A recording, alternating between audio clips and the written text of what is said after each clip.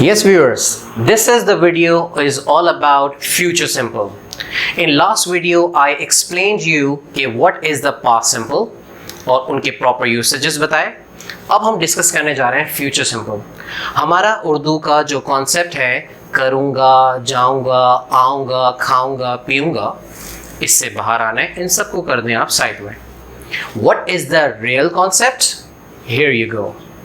It expresses the action or activity which you intend to do in your future. कोई भी ऐसा काम आपकी प्लानिंग के अकॉर्डिंग या तो आप उसको करेंगे या नहीं करेंगे.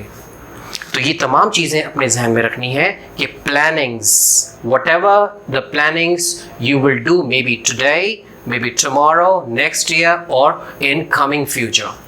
ठीक है जी. अब हम इसको समझते हैं फ्यूचर सिंपल को फॉर्मेशन के थ्रू. सब्जेक्ट प्लस विल और शैल प्लस इन्फिनेटिव प्लस ऑब्जेक्ट, ये अफर्मेटिव है. शैल और विल की अगर हम बात करते हैं तो पुरानी इंग्लिश है जिसमें हम आई और वी के साथ शैल इस्तेमाल करते हैं, मगर आज के दौर में हम I, we, you, they, he, she, it, noun सब के साथ विल इस्तेमाल करते हैं. अब हम बात करते हैं नेगेटिव की. सब्जेक्ट प्लस विल नॉट, इसको कॉन्ट्रैक्शन फॉर्म में हम कहते हैं won't, WON apostrophe T, won't plus infinitive plus object, ये नेगेटिव हुआ. अब नंबर थर्ड पे हम बात कर रहे हैं इंटरोगेटिव की जिसमें विल और शैल शुरू में आएगा, plus subject plus infinitive plus object plus question mark. Number four WH plus will या shall plus subject plus infinitive plus object plus question mark. तो बहुत आसान है. कोई भी ऐसी प्लानिंग, फॉर एग्जांपल आज शाम में हम लोग दावत में जाएंगे. We will go to feast today in the evening. वो तुम्हें सारे राज बता देगा. He will tell you his all secrets. तो जो भी काम आप फ्यूचर में करेंगे या नहीं करेंगे, सिंपल इज़ दैट कि आपने बताना है कि किस तरह से विल और शैल के साथ वर्ब की फर्स्ट फॉर्म लगानी है. Very simple.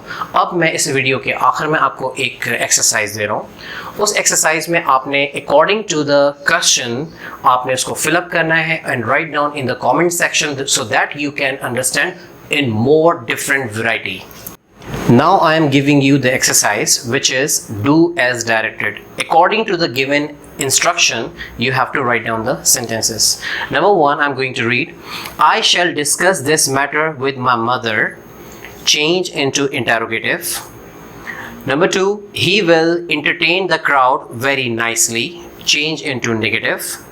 Number three, will you not come tomorrow to get admission? Question mark. Change into affirmative. इसको हम assertive भी कह सकते हैं. In a very simple, आपने उसको negative, interrogative, WH क्या है इसको ध्यान में रखते हुए इनको sentences को लिखना है and write down in the comment section. Thank you.